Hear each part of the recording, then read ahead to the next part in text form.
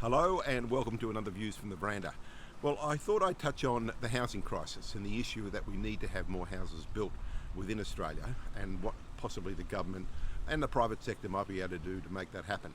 So one of the contradictions is that cheaper homes don't necessarily mean more homes. One of the issues we've got at the moment is the fact that it is expensive to build, and the profit margins involved in building new developments is actually coming down.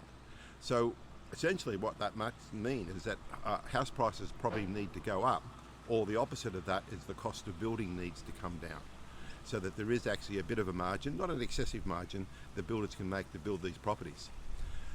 So what we're finding at the moment, that there's something like 34,000 DA approved developments across Australia at the moment. So these people are sitting on those properties and those developments, and we need to give them an incentive or give them a push along to at least build within the next 12 months. So one of the things also that can help to do this, and from the government point of view, is infrastructure. It shouldn't all fall on to private developers and private money.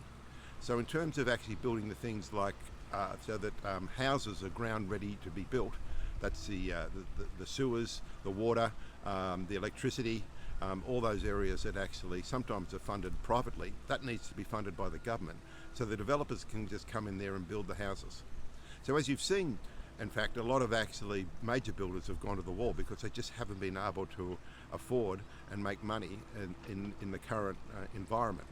So one of the things Victoria is looking at, which is interesting, they're looking to actually change the zoning around the residential zoning around railway stations and the like. So they're increasing the density. So that's going to mean more apartments.